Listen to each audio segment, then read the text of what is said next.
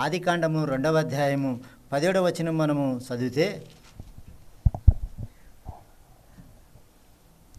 అయితే మంచి చెడులను తెలివినిచ్చు మంచి చెడ్డ తెలివినిచ్చు వృక్ష ఫలములలో తినకూడదు నీవు వాటిని తిని దినమున నిశ్చయముగా చచ్చెదవని నరునికి ఆజ్ఞాపించును. నరుని పట్ల మొట్టమొదట దేవుడు ఈ ఆజ్ఞ ఇచ్చినట్లుగా మనము చూస్తున్నాం.